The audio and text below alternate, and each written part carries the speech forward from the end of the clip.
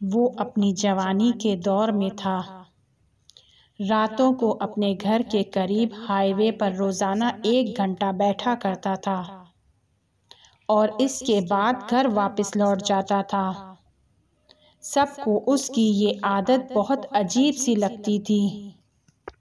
کیوں وہ روزانہ ایک خاص جگہ پر جا کر بیٹھتا ہے؟ بعض کا کہنا تھا کہ وہ پاگل ہے، بعض کا کہنا تھا کہ اسے گاڑیوں کی آوازیں اچھی لگتی ہیں، گاڑیوں کو دیکھنا اچھا لگتا ہے، جبکہ بعض کا کہنا تھا کہ اسے اعلیٰ قسم کی گاڑیاں بہت اچھی لگتی ہیں، اسی لیے جب وہ کام سے واپس لوٹتا ہے تو وہاں جا کر 1 گھنٹہ بیٹھتا ہے۔ لیکن حقیقت کچھ اور ہی تھی۔ اس جوان کا نام فریدریک تھا اور وہ ایک مٹھائی بنانے والی کمپنی میں کام کرتا تھا۔ اسے لوگوں کی خدمت کرنے کا بہت شوق تھا۔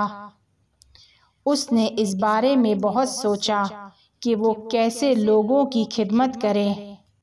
اس کی سمجھ میں کچھ نہیں آ رہا تھا۔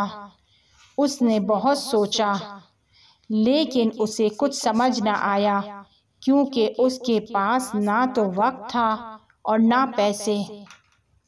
وہ 10 سال سے رات کو اس ہائی وے پر بیٹھا کرتا تھا، اس وقت کہ جب روڈ پر ٹریفک ہائی ہوا کرتا تھا، زیادہ ہوا کرتا تھا، تاکہ اگر کوئی مسافر وہاں سے گزرے اور راستہ پوچھنا چاہے تو وہ اسے راستہ بتا سکے اور آنے والا مسافر پریشان نہ ہو، راستہ بھٹک نہ جائے، اور اس طرح وہ نیکی کے کام کو انجام دیتا تھا اور اس دنیا سے خود کے لیے عمل صالح لے کر جانا چاہتا تھا۔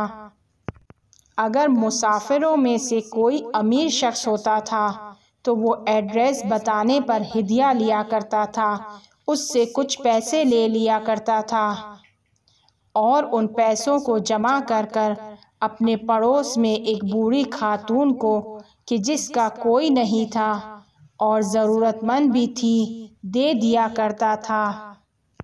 10 سال کے بعد جب لوگوں کو فریدریک کی اس اچھی عادت کا پتہ چلا، اس اچھی نیت کا معلوم ہوا، تو لوگوں نے اس کی یاد میں اس روڈ کا نام تبدیل کر کر اس کے نام پر رکھ دیا۔